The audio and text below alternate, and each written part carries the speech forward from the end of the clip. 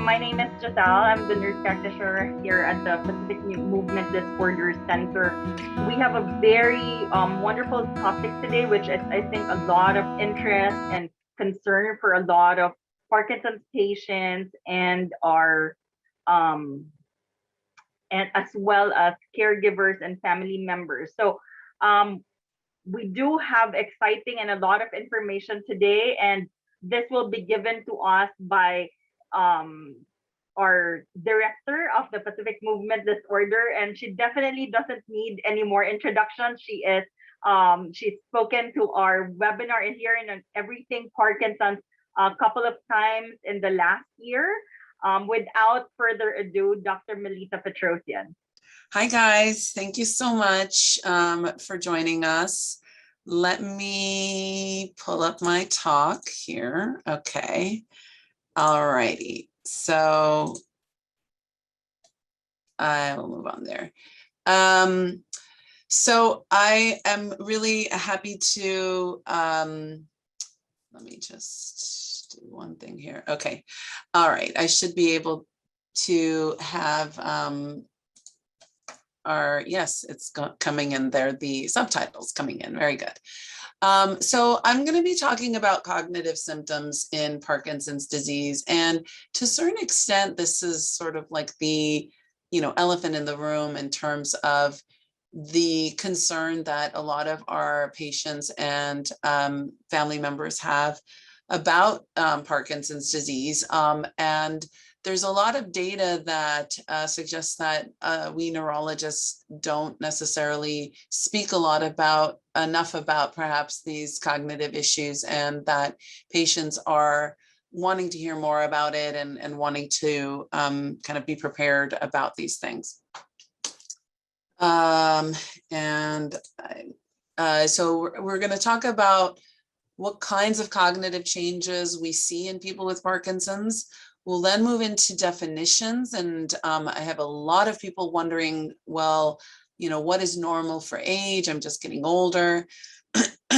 We'll talk a bit about what's the difference between Parkinson's disease dementia versus dementia with Lewy bodies. People always ask me that, well, do I have Lewy bodies or does he have Lewy bodies?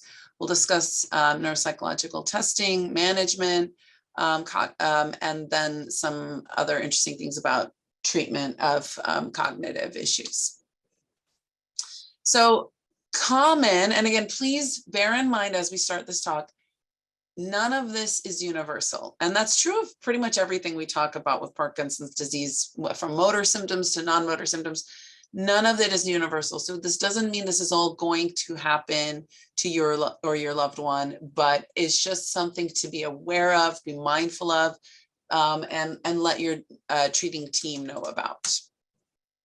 I'm sorry, I'm gonna click on the right thing here. Okay, rather than cognitive issues that sort of erase the biography of a person, more common cognitive issues include trouble with decision making and planning, which we call executive function. I like to describe this as, when you have a project or something you're trying to do, there's generally several steps. Like, let's say you're going to have a dinner party. There's probably 200 steps involved, from calling and getting people to come and planning a menu and shopping and all of the things that you're making in your kitchen and serving and cleanup, etc. About 200 steps from A to Z. And that concept of figuring out how to put those steps together, or having a vision of what that's going to look like, that can sometimes be affected. Mental flexibility can be affected. So when we are in our day-to-day process, we generally have one thing that let's say one or two things we're doing mentally, and then we may need to switch gears to, say, answer the phone or respond to a text, or our spouse walks in and asks us where they have left their glasses. And then we have to switch back to what we're doing. So that ability to switch gears is affected, affected. Short-term memory can be affected. Did I take my medications this morning? What did I eat for breakfast? Where did I leave my phone? Those kinds of things. what was the conversation we had, etc. People can complain about difficulty holding on to their thoughts. So they may lose their train of thought more easily, sometimes even in the middle of their own sentence. People can become disoriented in terms of, the date or, the day of the week. Attention can be affected. So ability to stay focused on a specific task. Processing speed is very commonly affected. So people may be able to get there in terms of answering the question you are asking them, or recalling the word that they're meant to think of, or they're trying to think of a name. So because that process is sort of slowed down a little bit, then what I found happens frequently is their person that they're speaking to, out of an interest in helping, may try to answer the question for them or nudge them with trying to complete their sentence for them. And then often that's not what they were trying to say at all. And then by that point, that thought will have kind of left or dissolved, and they may not be able to then recall what they were trying to say. So both the fleeting thoughts, the trouble with attention, and the processing speed, all of those things sort of conspire to make it difficult for somebody to get their thoughts out. And I generally like to remind people who are speaking to somebody with Parkinson's is, don't say anything, just give them that extra second. Don't try to help. Give them that extra sentence to get their thought across. And then if they can't remember it, then you can jump in. But it's hard for people to stop themselves from helping, I've found. And then again, along those lines, word finding difficulty. So they may be struggling for words or specifically names. And then something else that's a bit more specific for Parkinson's related cognitive changes is visuospatial issues, such as depth perception of what's around them, reaching for things properly. And people may find that their family member is able to, recall things, but they're just less likely to speak up. They may be more withdrawn and less participation in a conversation. So to get into some definitions here. So there's different spectrums. So some people may have cognitive complaints. They may recognize that they're having trouble with word finding, etc. Sometimes people don't have any complaints about it, and it's the family member who points it out. Mild cognitive impairment refers to when those cognitive changes have evolved to the point where they can be detected on testing, but they're not limiting any day-to-day functioning. The term we use is activities of daily living, and that includes things like remembering to take their medications, remembering to brush their teeth, etc. But there's also sort of the higher level of activities of daily living, which includes working and paying bills and managing a checkbook and things that are a bit higher order. If a cognitive change gets to that point where that is impairing any of those abilities to do the activities of daily living, including work and things that are higher order, like finances and things like that, then by definition, we're talking about dementia, So dementia can be very, very mild, where somebody can have a very detailed conversation and have a lot of capacity to do things around the house or take care of themselves. But if it's gotten to that point where they're not able to do a complicated task such as work, then we would still consider that dementia. That's a tricky thing because people don't like to hear that word. Dementia carries a lot of emotional weight in terms of people worrying about being really in an advanced stage or being very disconnected from reality. People have misperceptions of what the word dementia means. But I do want to clarify that that's technically what where dementia can start. It can be very, very mild to begin with. And again, just to another kind of key point here is this has nothing to do with temporary changes. So when we're talking about somebody is in the hospital and they're delirious because they have a very high fever, and they're disconnected from reality, and hallucinating, but it's temporary and it goes away when that fever clears. That is not dementia. That is what we call delirium. Or somebody was given a medication and the medication made them confused or have trouble with orientation. That is a side effect from the medication. That is not dementia. Dementia and also the mild cognitive impairment that we're referring to there, we're talking about when the process is more of a continuous degenerative process that is not a temporary or reversible thing. A lot of my patients ask me, am I going to get Alzheimer's? And I always tell them, no, you're not going to get Alzheimer's, but I do temper that with, there is a risk of dementia in people with Parkinson's, but not Alzheimer's. Why? Because these are not interchangeable. In the lay public, we hear a lot of people using these terms interchangeably. It's not accurate to do so. Alzheimer's is a completely separate disease or disorder, and it is the most common cause of dementia, but it isn't the only cause of dementia. And therefore, when we're talking about Parkinson's disease causing dementia, we're not talking about Alzheimer's. One thing that's different about Alzheimer's is it tends to, usually it starts much more with memory than those other things that we were talking about, like executive function or processing speed. And as it progresses, it usually, sorry, there's a siren coming through. I'm in my office here.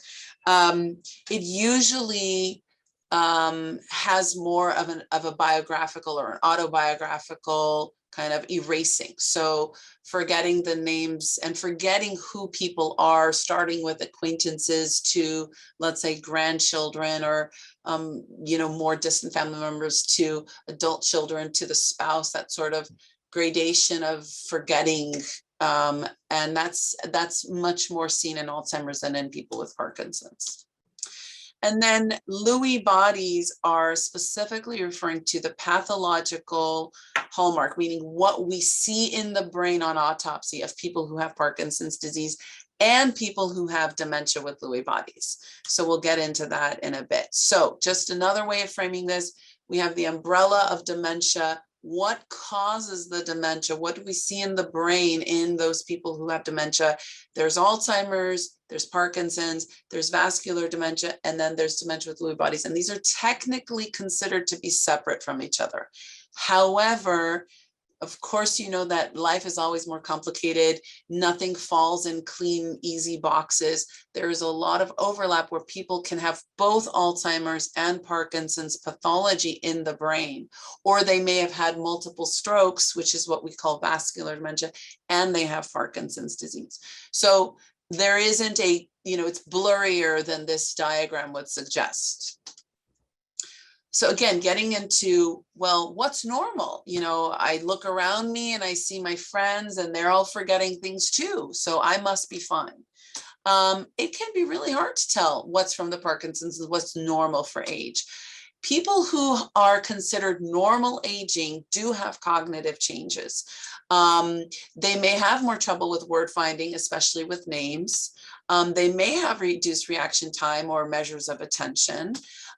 For some examples I would give is, where did I leave my glasses? Where did I leave my phone? What was the name of that person in that movie?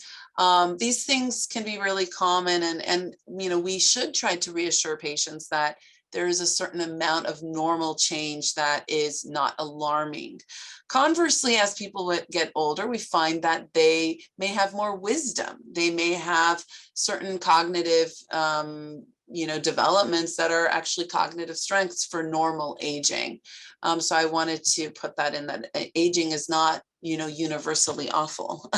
There's some good things that come out of being in an older population.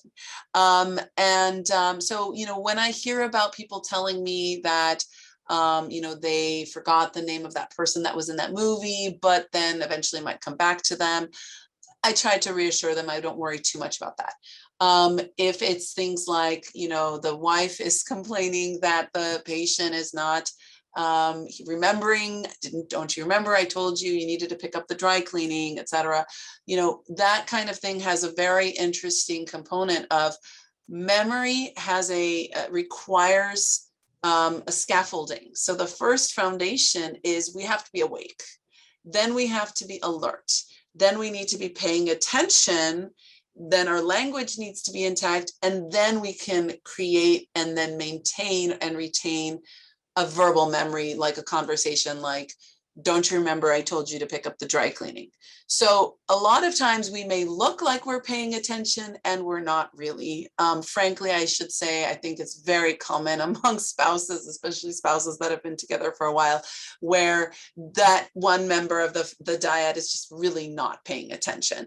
And so if somebody is not paying attention, they cannot create a memory. That memory was never created. They may say something like, yes, I heard you. But they may not really be actually paying attention. We can sort of look like we are paying attention more than we are. So that is something where it's not truly a memory loss, it's just that memory was never created. What is the difference when people have Parkinson's disease, dementia, or Parkinson's related cognitive changes, or dementia with Lewy bodies is those measures of attention processing can be really out of proportion to age. The variations in cognitive function may be out of proportion to age. And sometimes what we need to do is do testing that is then matched to the age and to the level of education. So that's when we would call upon a neuropsychologist who is a PhD and has training in neuropsychology to do formal testing. How do we differentiate between Parkinson's disease and dementia from Parkinson's disease, which we abbreviate PDD, versus dementia with Lewy bodies, which is DLB? It can be really difficult to differentiate.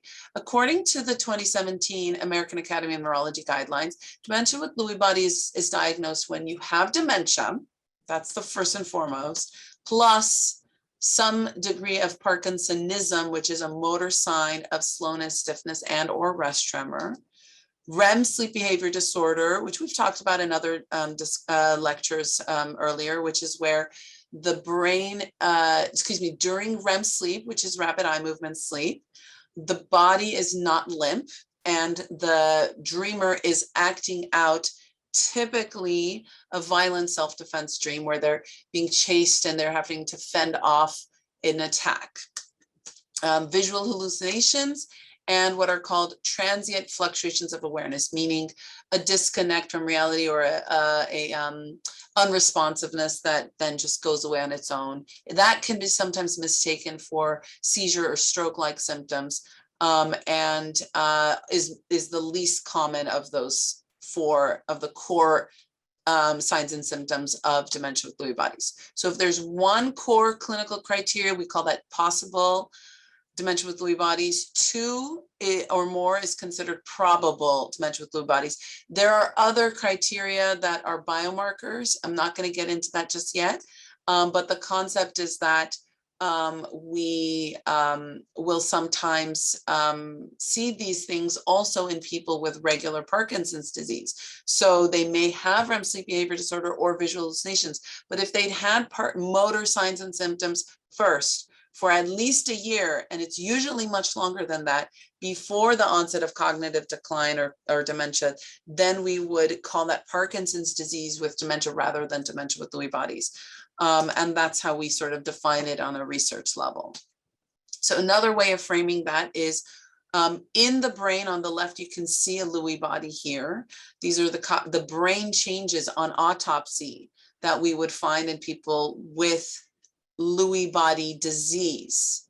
Okay, that's the umbrella term. However, in people with Parkinson's, it's a more gradual progression. Usually in Parkinson's disease, the Lewy bodies begin in the deep part of the brain, which we call the substantia nigra, and then it spreads to the rest of the brain. Whereas usually with dementia with Lewy bodies, it starts widespread all at once. And so with the time frame is really the difference. With the Parkinson's disease, it's motor symptoms first, movement, slowness, stiffness, etc. Gradual onset of mild cognitive impairment, then dementia. Whereas with dementia with Lewy bodies, they sort of start with dementia or mild cognitive impairment and then dementia, and then the Parkinsonism is either concurrent or later. Again, another term not to confuse people is Lewy body dementias. That includes both Parkinson's disease dementia and dementia with Lewy bodies. These are thought to be separate diseases within the umbrella of Lewy body dementias.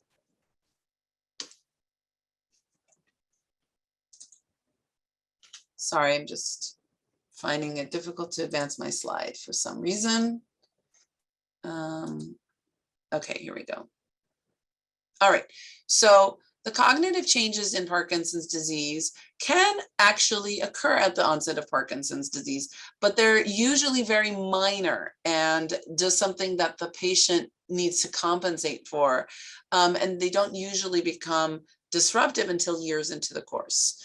As I mentioned before, it often evolves from cognitive changes to mild cognitive impairment into dementia. Unfortunately, for people with Parkinson's who live long enough, up to 80% can develop dementia. So this is, a major concern. Driving can become an issue, and they really should be, people should be monitored yearly for cognitive changes. It's very important to note that there's quite a variability between patients, both in terms of the degree of the cognitive issue, as well as which cognitive domains are affected. And the correlation is, of course, with age, but also disease duration separately from each other. The longer somebody's had Parkinson's, the higher the risk of cognitive decline. The older they are, the higher the risk. So that means that if somebody, for example, develops Parkinson's in their 80s, they may develop cognitive changes earlier in their course than somebody whose age of onset of Parkinson's was in their early 50s. There are 2 genes that have been associated with a higher risk of cognitive decline, and there's probably more than just those 2, but the clearest correlation is with the GBA gene abnormalities and MAPT. There are various subtypes of Parkinson's disease. So those who have earlier onset of postural instability and gait disorder have a higher risk of developing cognitive changes. Compared to somebody who has a tremor predominant subtype, they have a lower risk of developing cognitive changes. If somebody has baseline cognitive dysfunction, either from a learning disability or a prior stroke or other things, they're of course going to have a higher risk of developing further cognitive decline. Cognitive decline also correlates with a high non-motor symptom burden, including insomnia, depression, anxiety, and it does correlate with REM sleep behavior disorder, daytime sleepiness, social isolation, and other medical illnesses. So what kind of testing can we do? So at the minimum, we should be doing some screening on a generally yearly basis. That might include the mini mental status exam. I prefer the Montreal Cognitive Assessment, and there's also the Parkinson's Disease Cognitive Rating Scale. Detailed testing is sometimes warranted, and that is several hours over 1 or 2 visits. It is more thorough, and can then be compared to age-matched controls. Sorry, my things are out of order here. Some patients will require MRI to rule out silent strokes or hydrocephalus, and then we can also do quantitative analysis to detect focal atrophy. PET scan of the brain can be done if the diagnosis is unclear. For example, if the patient is thought to have an atypical Parkinsonism. Amyloid PET is specific, I shouldn't say that. Amyloid PET scanning can be done and can point us in the direction of Alzheimer's, but can be seen, amyloid deposition can be seen in other disorders as well. And tau PET can also be seen in other diagnoses such as Alzheimer's and cognitive behavior, cortical basal degeneration. Usually amyloid PET and tau PET are not covered by insurance, but that may evolve over the next years. However, FDG PET, which is a more of a basic evaluation of the brain's metabolism, can sometimes be covered by insurance. So what does this look like? So on the left, we have a regular brain MRI, and it's showing us examples of patients who have vascular changes in the brain. So those white spots that we see are thought to be due to the small blood vessels of the brain getting plugged up and causing small areas of the brain to die, really. We usually will describe those as silent, meaning that they're often not experienced by patients. So for example, in the top line where it says A, this is an example of somebody who didn't have any strokes or transient ischemic attacks. They didn't have any episodes of, a weakness on the right side of the body, or sudden onset of aphasia, which is inability to speak. They just gradually developed dementia, and then the MRI showed severe white matter changes, showing that they'd actually been having these silent strokes. And one silent stroke isn't going to do anything. One little spot or dot isn't going to do anything. But as these things accumulate, people can develop both cognitive decline as well as gait issues, actually. And that would be separate from Parkinson's, but can be also something that may contribute to the decline in somebody with Parkinson's, or might point us to an alternative diagnosis depending on the clinical case. In level B, we have somebody who had actually had strokes, and you can see these, I don't know if you guys can see my mouse, but these tiny little dots here, those are bilateral strokes that were actually experienced by the patient. And then in this bottom line, we see patient who actually does have spots and dots in their brain MRI, but they're cognitively completely healthy. And these are relatively similar ages, in their late 70s and early 80s. So the point being is that it's very normal to see some degree of spots and dots as we get older. I would say it's extremely rare to have a 77-year-old brain MRI that is completely pristine. But it's just really a matter of the burden. How much do we see? And that can give us a sense of, is there a vascular component to this person's dementia, or a vascular component even to their Parkinsonism? On the right, we see a way that we have of quantifying the degree of atrophy in the brain. Again, atrophy is something we're all going to get. It's inevitable. I like to say it's like our brain is constantly pruning. Okay, so we're born with a certain number of neurons. As we get older, we sort of prune. We're still making connections. We're still making synapses. We're still learning ideally, but we are losing neurons as we get older. It's happening to all of us. So it's not a cause for alarm. But if we see a focal, meaning one small area of the brain is atrophying out of proportion to age and out of proportion to the atrophy in other parts of the brain, that may point us in a direction. It may sometimes tell us that there's something other than Parkinson's going on here. This is an example of somebody with Alzheimer's. So we're not talking about Parkinson's right now, but in Alzheimer's, this is an example of a quantitative analysis of the size of what's called the hippocampus over the course of 7 years. And it's very difficult to see. I mean, not just because it's tiny, but even if I were looking at these source images as a neurologist, it's really hard to see where they draw the line from normal to atrophied. What they're looking at are these tiny little lavender arrows. They're pointing at these well, the hippocampi are named that because somebody somewhere thought it looked like a seahorse, apparently. So this sort of squiggle down here is theoretically supposed to look like a seahorse. And here, and by the 7th year, they've shrunken.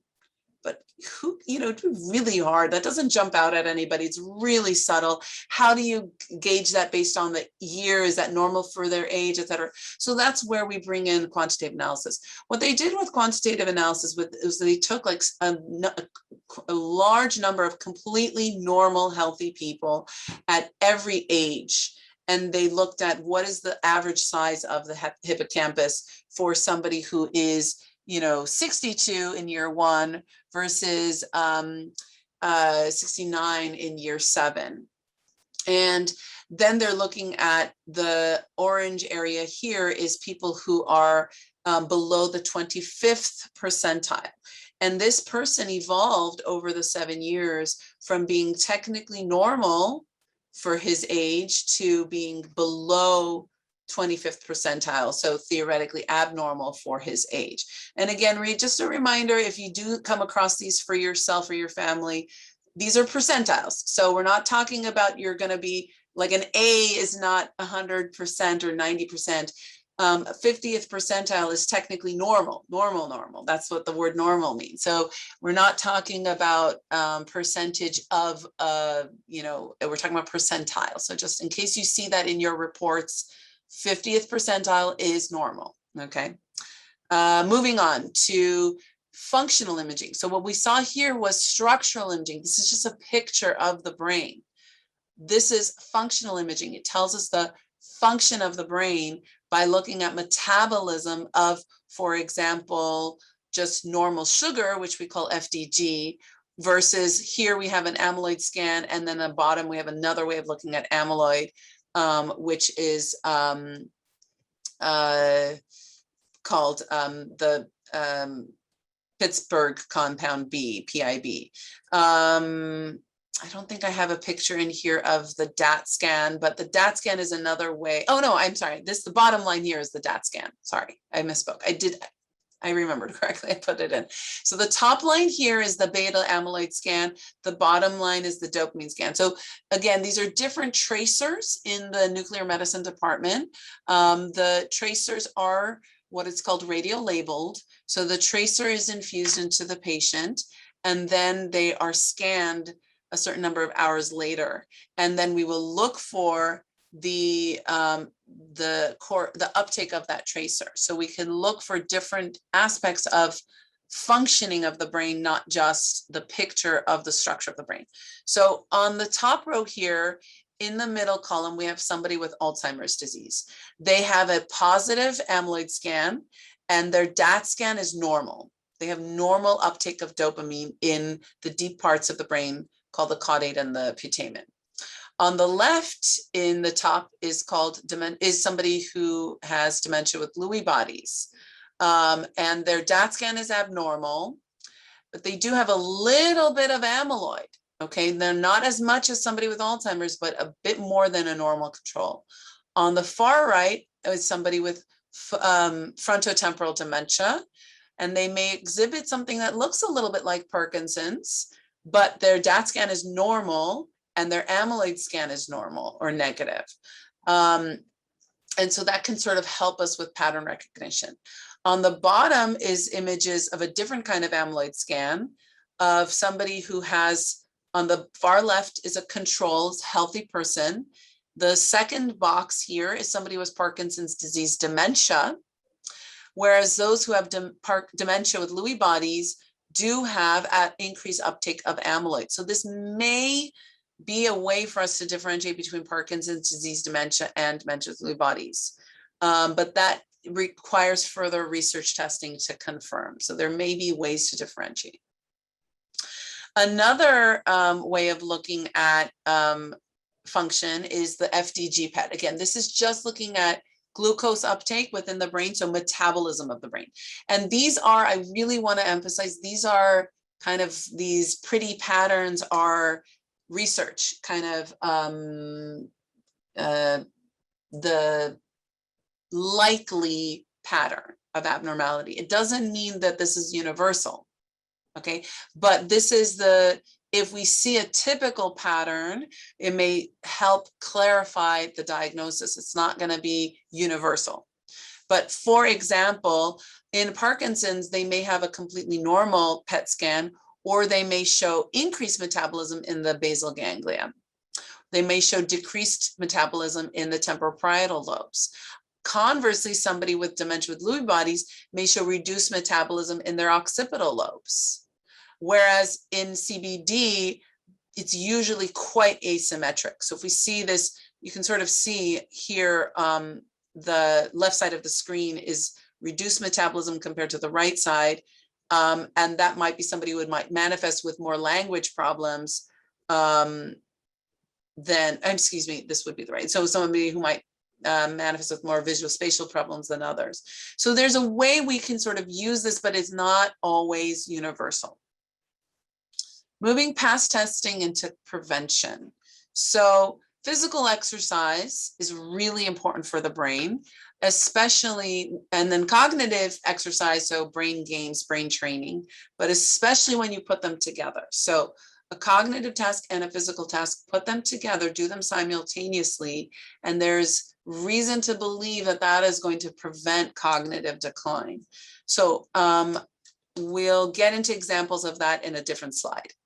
Social interaction and engagement is really important. I think this last 2 years has, gosh, it's been 2 years, not quite yet, 1.5 years, feels longer.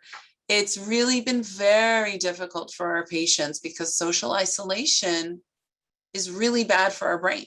That's the reality. Artistic endeavors can help. So painting, music, etc. Getting adequate sleep is incredibly important.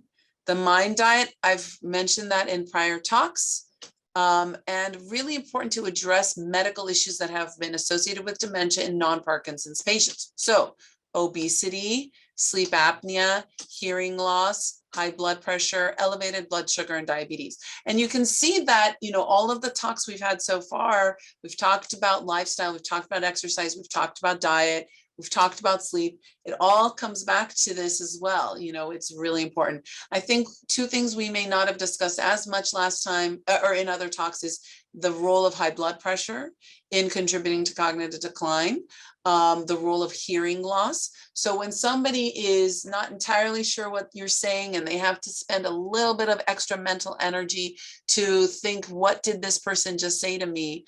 That is mental energy that's being taken away from ability to remember what was said or be involved in that conversation.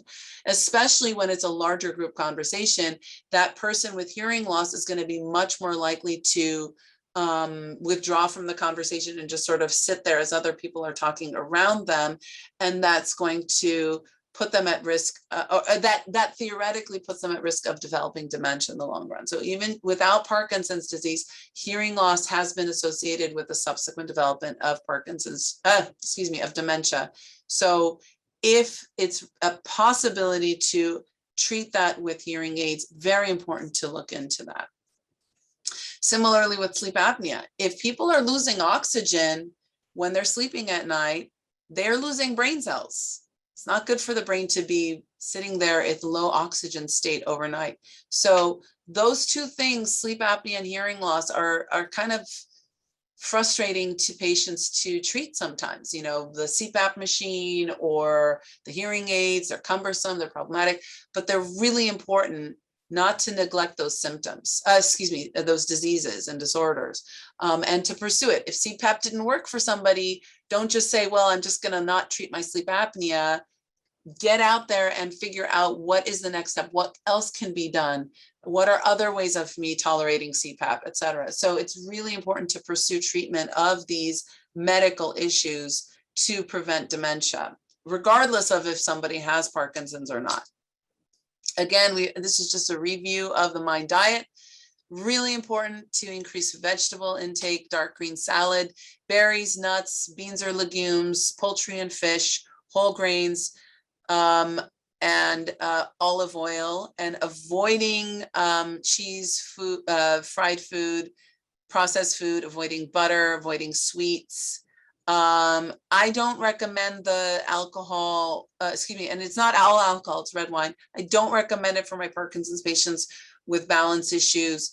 If somebody likes to drink red wine and they happen to not have balance issues, it's okay. I don't ask people to go out and add red wine to their regimen.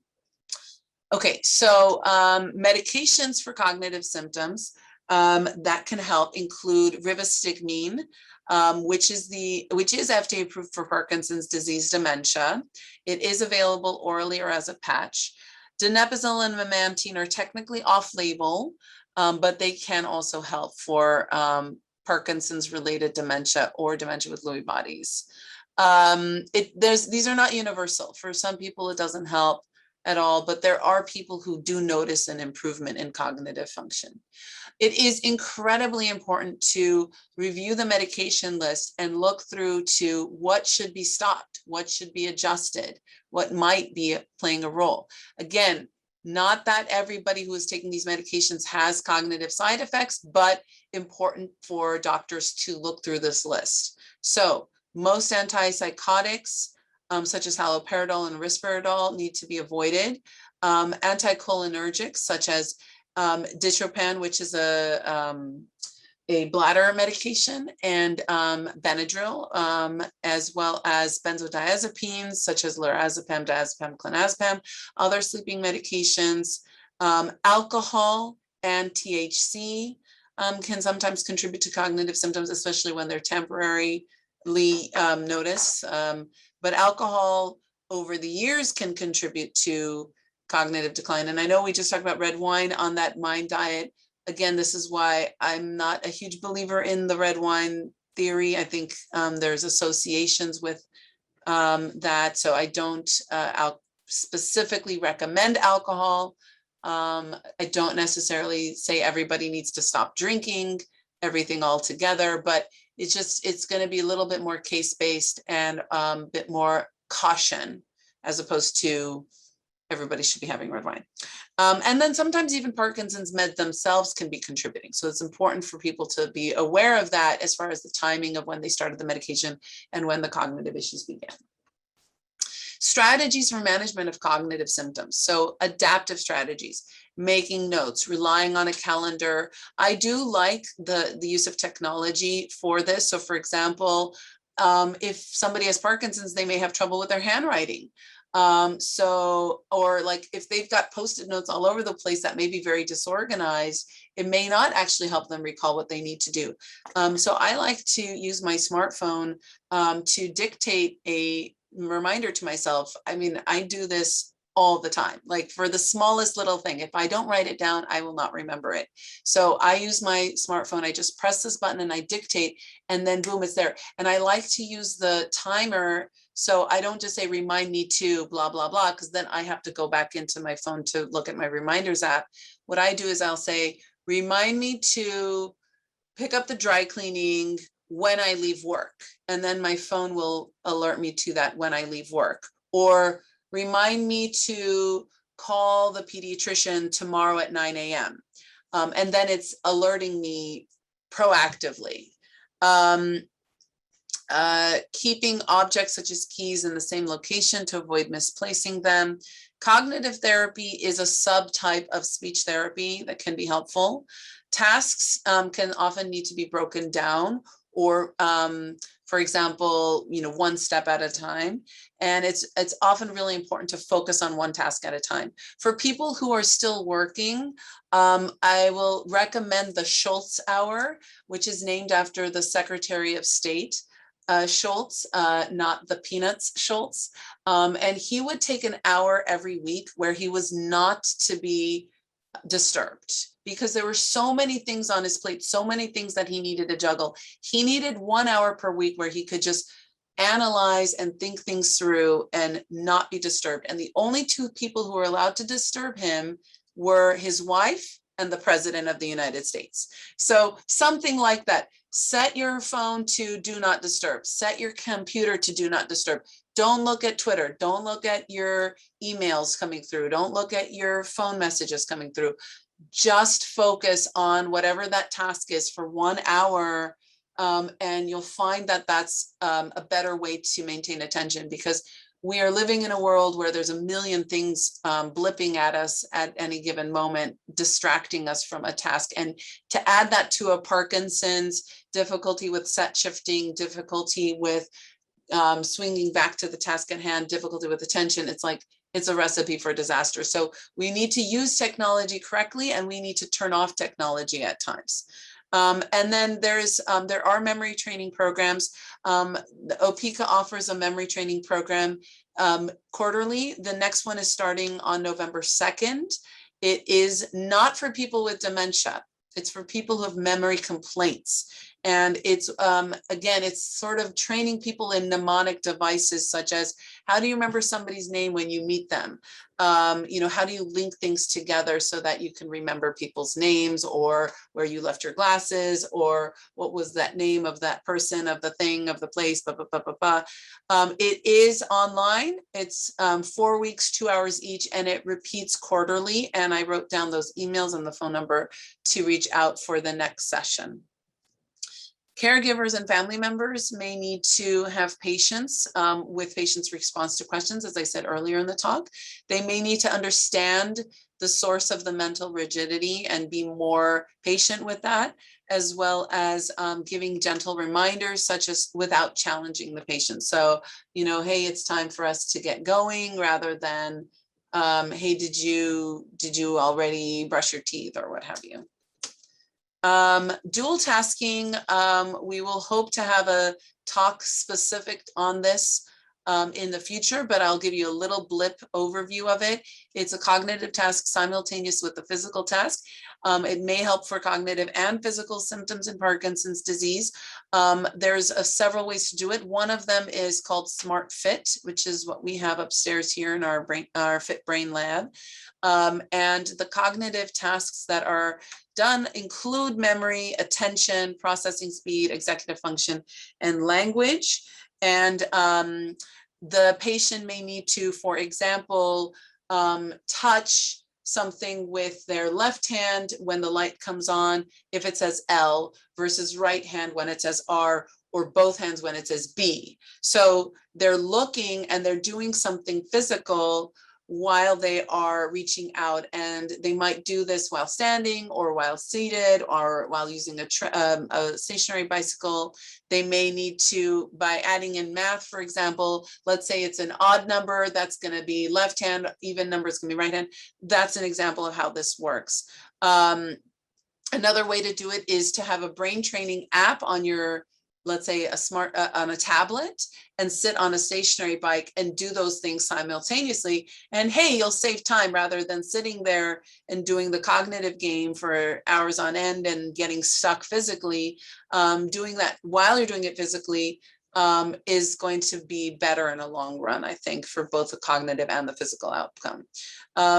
Sometimes people will task themselves with learning a new language while they're walking. They're going on their walk, they're listening to, you know, a language tape, if they still have tapes anymore, or Walkmans, I don't know. But, you know, again, on a podcast, or on a smartphone app, etc. I like this on the bottom right. It's called Clock Yourself. It can be done in a very low tech way. So it can be done with a CD and you know, a booklet, or it can be done through an app. And basically you stand and you envision a clock around you. So if the app or the CD calls out 3, you're going to use your right foot to step towards the right and then come back to center. And if it calls out 11, you're going to use your left foot to move a little bit forward towards 11 o'clock. Then you can make it harder by, instead of the app calling out 3, it's going to call out 15, and you're going to take that right foot to the right. Or the app is going to say June, and you're going to take your foot back and step backwards. Or you're going to do the same thing with all 3 of those things mixed in together. Or with, you know, an image instead of, like, you know, let's say what's it called? The zodiac calendar, going around in 12. Or you're going to do that while you're holding weights in your hands. So there's a lot of ways to do that. And the app helps guide people as they're making mistakes in increasing the complexity of it. So what's really important for any cognitive, or for that matter, physical task, is to know what level you're at. Because if you do a task that's too easy, cognitively or physically, then the brain doesn't have any opportunity to grow. What we're doing with cognitive physical dual tasking is we're trying to create new synapses in the brain, new connections between the brain cells. If you're doing a task that's too easy, you're not going to grow anything. If you're doing a task that's too difficult, either cognitively or physically, it may be unsafe, it may be frustrating, you're not going to get anything out of it. So you have to find the right level. The right level does not mean making zero mistakes. It means making some degree of mistakes, such as, let's say, 20, 25% mistake rate. Then you know that you're at a challenge level. Okay. Once somebody has done that level for a certain amount of time, or they're starting to get better at that level, that's when you have to make a change, level up, or just do something different. And again, you're looking for mistakes. So don't be discouraged by mistakes. If you're making the right percentage of mistakes, it means you're at the right level to challenge yourself. If you're not making any mistakes at all, you might be wasting your time. And I want to respect your time. I don't want you guys wasting time doing things that are too easy for you.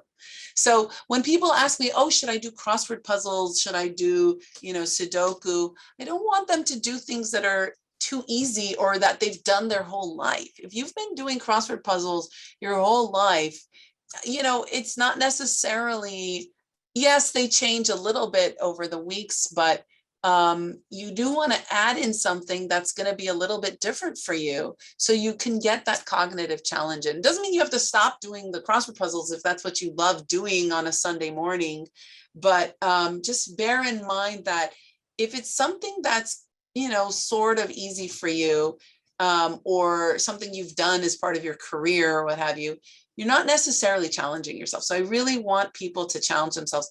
And I want to use that term stretch goal, because a stretch goal means you're just going a little bit beyond what's your comfort level. It doesn't mean you're doing something incredibly challenging that you're never going to be able to do, like, I don't know, Einstein level physics, but it's just a little bit outside your comfort zone. You don't want to stay too much in your comfort zone. Okay, switching gears to, unfortunately, as I've said earlier, there are patients who do develop dementia with Parkinson's disease. What do we do then? So what are the issues that will come up? Again, this is going to be a topic for a whole, other webinar over the next year. But things that can become issues is needing reminders for taking medications, caregiver support, the legal and financial implications. There are a lot of resources around, and one of them that I wanted to call out to was through the USC Family Caregiver Support Center. They have a webinar on Fridays, a six webinar series talking about the financials and the legal implications of having a family member who has dementia, or being somebody who might be at risk of having dementia. And so that's something to look into. Driving, again, unfortunately, can become an issue, both because of cognitive changes as well as those visuospatial that I mentioned, like depth perception, navigating, the proper distance between cars, and navigating the lanes properly, changing lanes properly. And so people with Parkinson's may have complete knowledge of driving properly. They may have been safe drivers their whole lives, but if those issues or reaction timing becomes an issue, they may not recognize when they have become an unsafe driver. And unfortunately, this can become an issue. It is important for people who have dementia to have a routine in place. And there are also behavioral issues that are sometimes problematic that will be the subject of a later webinar, including delusions, hallucinations, and impulse control disorders. There are multiple organizations that have information about caregiver support, caregiver education, including our affiliation with the American Parkinson's Disease Association and our social worker, Sheila, who can be reached when somebody needs guidance and help on navigating this.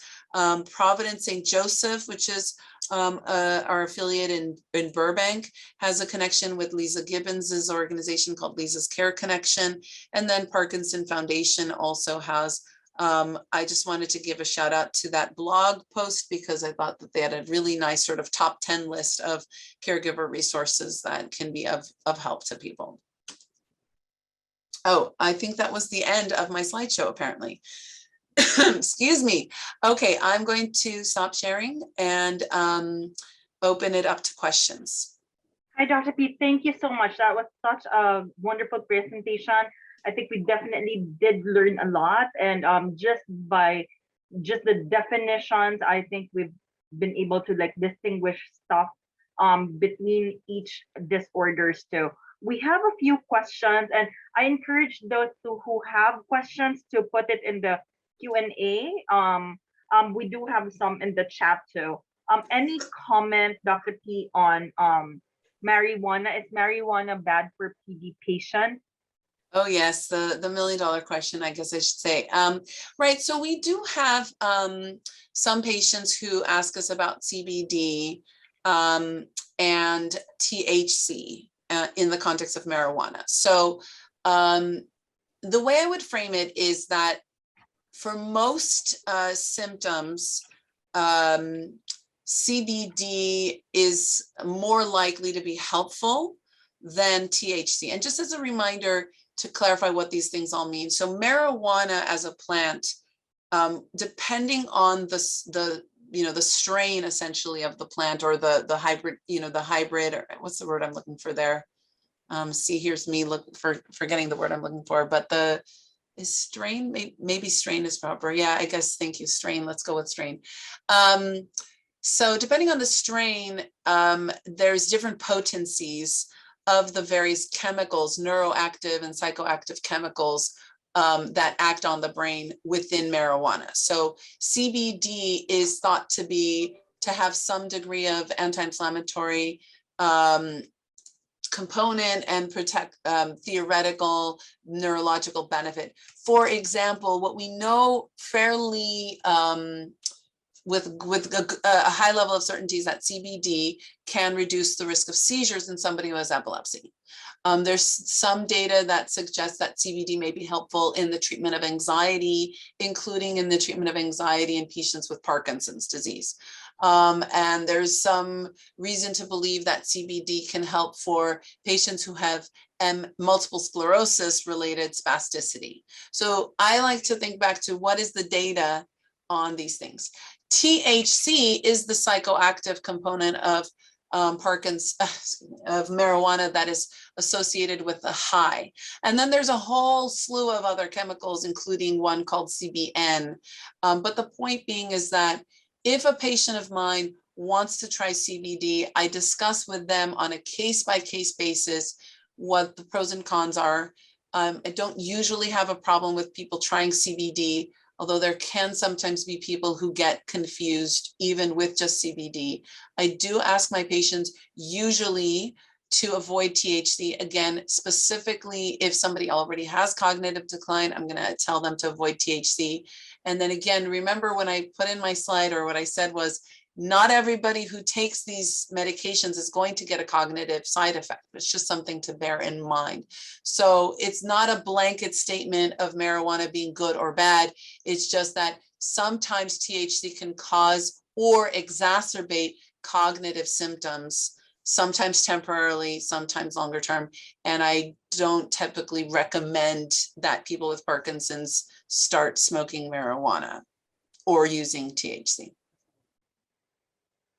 Dr. P, there is a question about the webinar that you mentioned. Do you happen to know the website for the legal and financial? Oh yes, that one. If you go to the fcsc.usc.edu. So FCSC stands for Family Caregiver Support Center, and it is part of the USC School of Gerontology.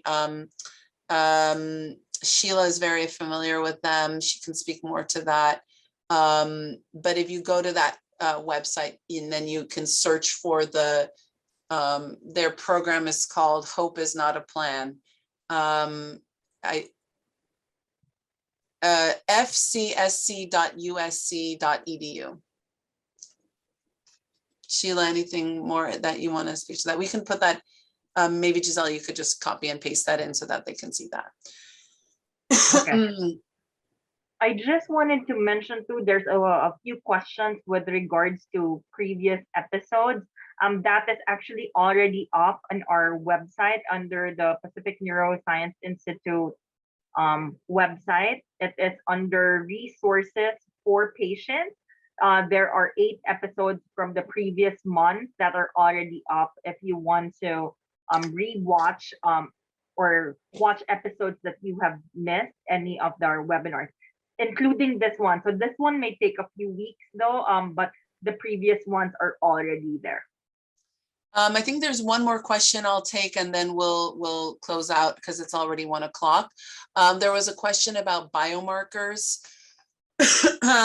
So if you're asking specifically about biomarkers for cognitive function, I would say that there's nothing that is like universal or clearly set in terms of, you know, everybody needs to be getting this as a biomarker. But I do think that there may be a role on a case-by-case basis for either the volumetric MRI or FDG PET or amyloid PET to kind of have a sense of that. There might be a role for skin biopsy looking for phosphorylated alpha-synuclein as a prospective biomarker. We know that it is a biomarker for Parkinson's and related conditions. But it's a fantastic question, and hopefully there will be further biomarkers in the future. Thank you guys all, and I'm going to let everybody know that next month we have Sheila Moore moderating a patient, not focus, what's the word I'm looking for? Panel. Is that right? Is that the right word? It's the second Panel, yes, that's word today. Again, it happens to us all. This is why I have to rely on my comforting, Dr. P. What's the word I'm looking for here? Okay, so we're going to have a really fantastic patient panel where we want to have, you know, the experts speak, you know. So as I've said before, I'm sort of an imposter as it comes to it. I have a lot of expertise in Parkinson's, as does Sheila, Natalie, and Giselle, but you guys are the ones who are actually living with this. So we're really excited to hear from you. You know, Giselle, tell us the date that's going to be. That is going to be, give me 1 second. It's Monday, October 4th. October 4th. October 4th. So we will have a few of our patients talk about you know, their stories, their experience with Parkinson's. So I think this is going to be a really special episode. A lot of the patients and family members may be able to get firsthand information. So that I think is going to be a wonderful experience for a lot of our patients and listeners. So save the date. We are going to send you reminder emails, but it's going to be on October 4th. So next month we will see you. So thank you, everyone. I know we're a little over our time, but thank you so much. We appreciate you spending your time with us and being with us. And we will see you again next month. Take care. This has been Everything Parkinson's. We'll see you again next month. Take care.